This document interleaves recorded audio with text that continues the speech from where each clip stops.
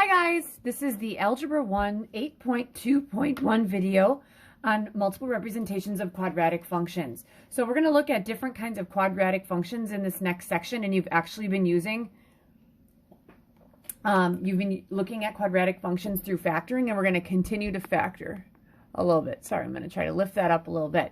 So one of the things that kind of stinks about using CPM right now is that it's very difficult to do the activities that they have us doing. So what I'm going to do, you guys, is I'm going to kind of go off the beaten path with question 855 and give you the gist of it through just algebra, and then ask questions as we go through or look through things a little bit, kind of looking forward to the next set of information, okay, and what's coming up in 822. All right, because there's going to be some important things that come up here. I'm also going to try to do a better job of making sure that I've listed out the vocabulary that you need to write down within the videos. And the first one that we're going to do, I'll kind of check these off as we go, is what a quadratic function is. So a quadratic function is what most of them you've been looking at when you factor. It's a function where the largest exponent is 2.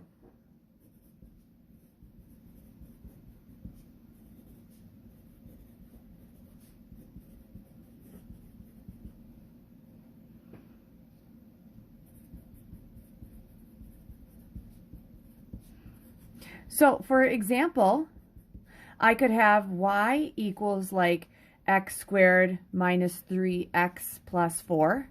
Or if I want to write this as a function, because it is, f of x equals, let's say, negative 2x squared minus 8. It does not need the middle term. It has to have the x squared term. That's what makes a quadratic function a quadratic function. And there are going to be different ways that you could write these. These two guys are in what we call standard form. You might want to write that down. I know that's not on the top, but that is standard form. And standard form is in the form y equals ax squared plus bx plus c. All right? So the first thing I kind of checked off my list is that. So in question 855, what they have you do is that they look at this balloon tossing contest, and they give you different representations for the balloon toss. All right? Now, since I don't have a resource page for you guys and I don't have a balloon toss, I'm going to give you the gist of this. So the gist of this is that I should be able to take an equation and I should be able to graph it, okay, from a table, okay? And then I'm going to kind of preview what we're going to be doing later, okay? So this is 855, but it's not out of your book, okay? So Jen's balloon toss, the whole balloon toss, we're just scrapping that. And what we're going to do is we're going to graph two of these. We're going to graph y equals x squared plus 4x minus 1, all right? And you already had one of these things, okay? I gave you it on a review. And what I did is that I gave you a table of functions, or a table of values, and I gave you the x's. I'm going to go from negative 6 to 2.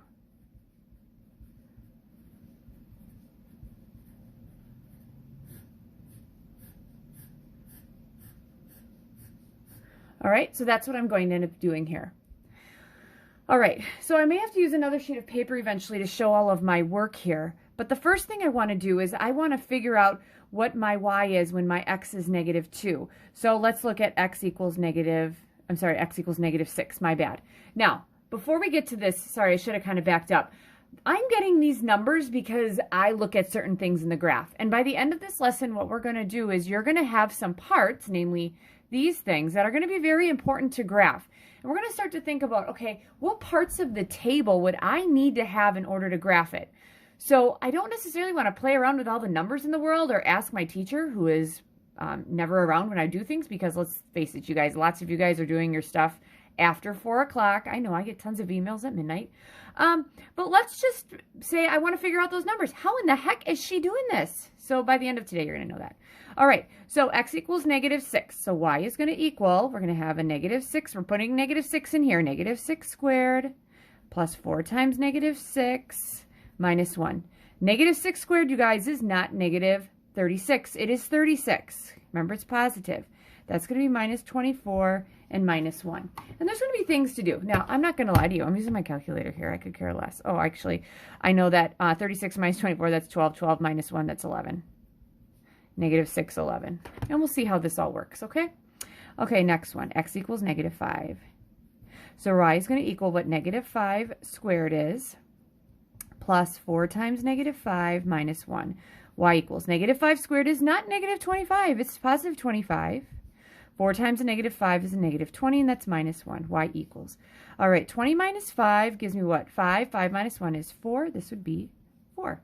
And I will graph these, okay? Just so you know, I have a little electronic grapher I'm going to end up using in just a second, okay? It's not very fancy. Now, x equals negative 4. Y is going to equal whatever negative 4 squared is, plus 4 times negative 4 minus 1.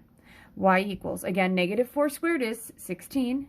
That's going to be minus 16 minus 1. Y equals 16 minus 16 is 0. Minus 1, that's negative 1. All right, I'm not really seeing a pattern just yet. We're going to keep going, all right? And I'll be honest with you, I may have made a mistake, and I'll figure it out. Next one, x equals negative 3. So y is going to equal whatever negative 3 squared is, plus 4 times a negative 3 minus 1. All right, y is going to equal negative 3 squared is 9. That's minus 12 minus 1. Y equals 9 minus 12 is negative 3. Negative 3 minus 1 is negative 4. This is negative 4. All right. Well, the good thing is I guess I'm decreasing, so I'm feeling good about that. All right, negative 2. So x equals negative 2. Y is going to equal whatever negative 2 squared is. What did it have? Plus 4 times negative 2 minus 1. Negative 2 squared is 4. 4 times a negative 2 is negative 8, and that's minus 1. Y equals 4 minus 8 is negative 4 minus 1, that's negative 5. Ugh, still not getting a pattern yet. X equals, let's go with negative 1. Next, so we got y equals. We're going to have whatever negative 1 squared is, plus 4 times a negative 1 minus 1, right? Negative 1 squared is 1. 4 times a negative 1 is negative 4 minus 1. Y equals. 1 minus 4 is negative 3. Negative 3 minus 1 is negative 4. Ooh, and I'm always checking. You guys notice that whenever I'm doing my math, I'm totally checking to see. I'm starting to see a pattern, all right? So it looks like I go 11, 4, negative 1, negative 4, negative 5, negative 4. I'm thinking this is probably going to be negative 1. This is going to be 4, and that's going to be 11. Okay, I'm going to kind of shift this up a little bit, and I will continue with that. So what's my next one? X equals, ooh, this is a nice one. X equals 0. Sorry, my phone's going off. And that's because we're actually doing this on Friday.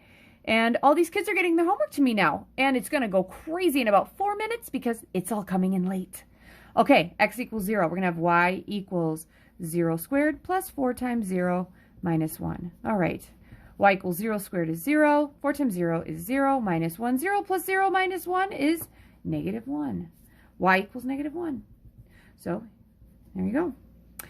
Next one, let's make x equal to 1. Okay. For x equals 1, we're going to have y equals. It's going to be your x squared, which is 1 squared, plus 4 times 1 minus 1.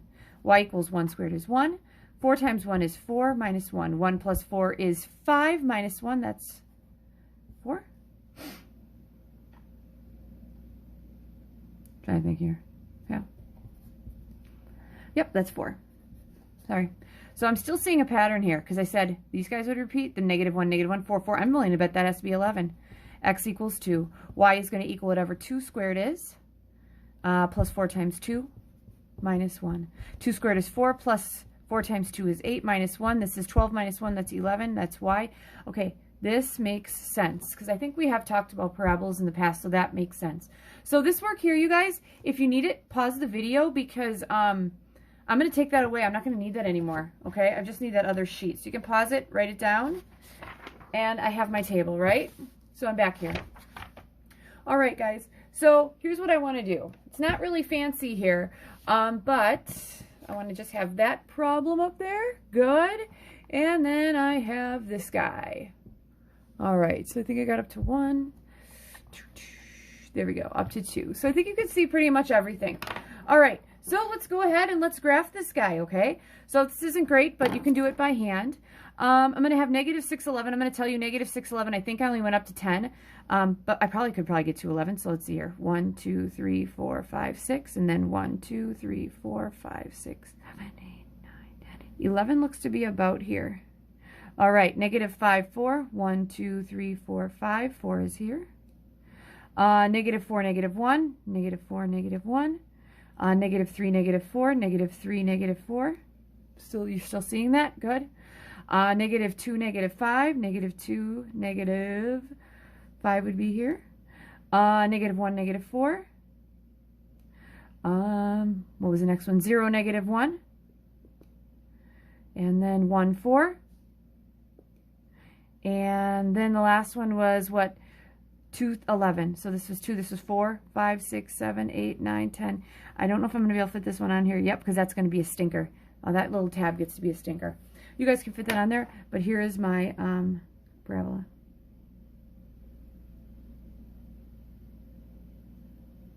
And it's horrible because I didn't connect the dots. But you got that, right? All right. So what I want to do is I want to look at some different parts of this guy. Okay, so I'm going to use a different color in just a bit. Okay, so I'm going to actually just draw this on here, and then we're going to come up with the definitions in just a second. Okay, or actually I'll leave this here and then we'll come up with some definitions. Okay, so this is the picture I want to use. This is the stuff I got. Let's go to some definitions. So I'm actually going to use that same sheet of paper I had before. Okay, and I'm going to flip this up here, and there we go. All right, so I had all these words before. I did the let's do x-intercepts first, because you guys have had these before. The x-intercept or x-intercepts, because this guy has two. X-intercepts this is where a line or a curve crosses the x-axis.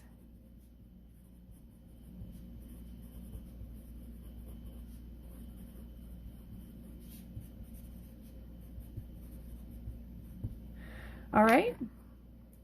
So that would be, I can't really tell the points here, but it would be this point here and that point here. This is an x-intercept. And that is an x-intercept. All right. And then the next thing I'd ask you guys is, tell me something these 2 points have in common. And would it make sense that if you looked at both of these points, both of these x-intercepts, that the x part is a number, but isn't the y always 0? You need to add that to your definition. This is where your y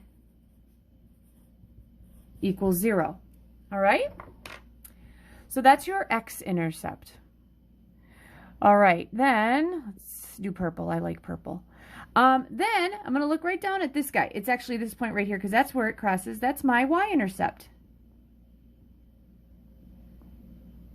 All right? So that's my next definition, the y-intercept.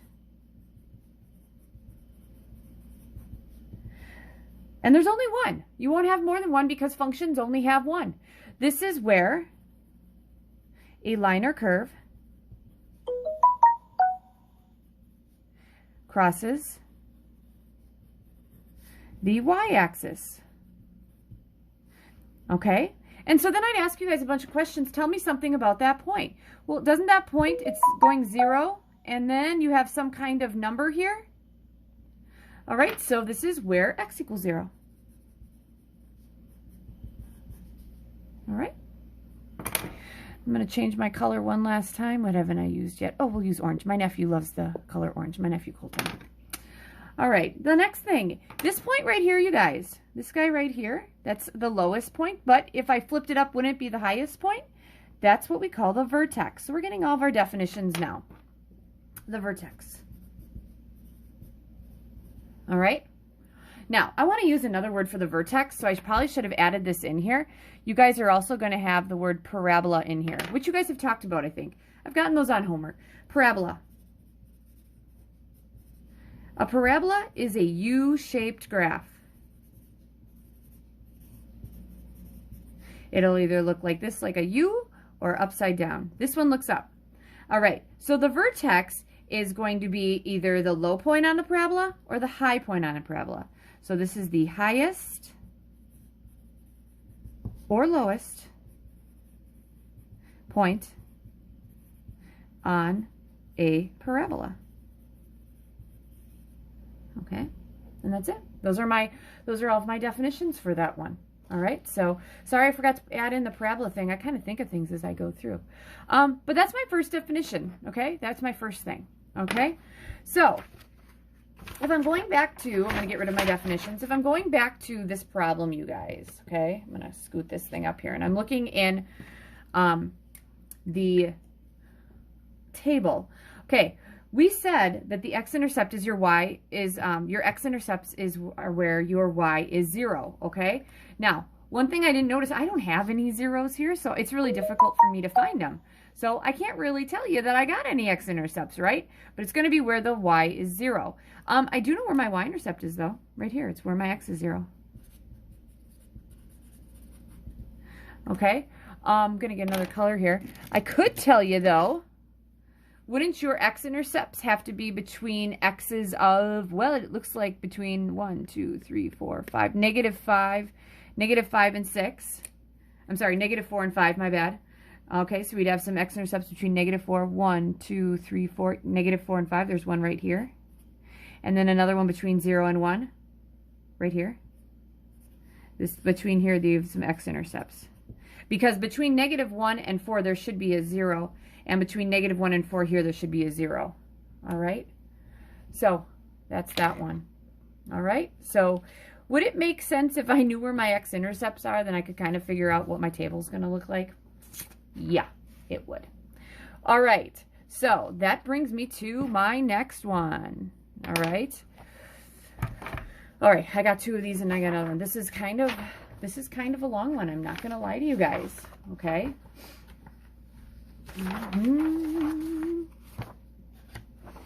All right, so for my next equation, I'm going to have the same thing. Y equals